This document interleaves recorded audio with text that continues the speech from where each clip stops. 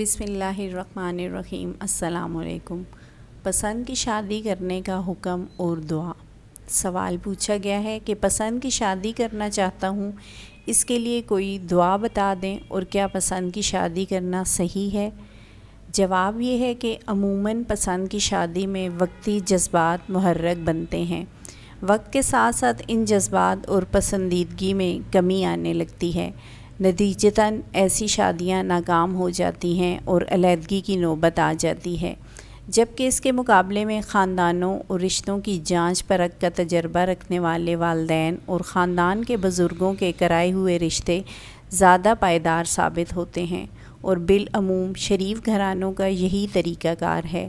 ایسے رشتوں میں وقتی ناپسندیدگی عموماً گہری پسند میں بدل جایا کرتی ہے۔ اس لیے مسلمان بچوں اور بچیوں کو چاہیے کہ وہ اپنے ذمے کوئی بوجھ اٹھانے کی بجائے اپنے بڑوں پر اعتماد کریں، ان کی رضامندی کے بغیر کوئی قدم نہ اٹھائیں۔ البتہ عاقل، بالغ مرد اور عورت کو شریعت نے یہ حق دیا ہے کہ اپنی پسند اور مرضی سے نکاح کرے۔ اس لیے اگر کوئی دیندار مناسب گھرانہ پسند ہو تو اپنے والدین کو مناسب طریقے سے اپنی چاہت بتانے کے ساتھ اللہ تبارک و تعالیٰ سے دعا اور استخارہ جاری رکھیں، اور یا ودود کثرت سے پڑھیں، اور فرض نمازوں کے بعد درج ذیل دعا مانگا کریں۔ ربنا ہب لنا من ازواجنا وذریاتنا قرۃ اعین وجعلنا للمتقین اماما۔ سورہ فرقان کی آیت نمبر 74 ہے۔ جزاک اللہ۔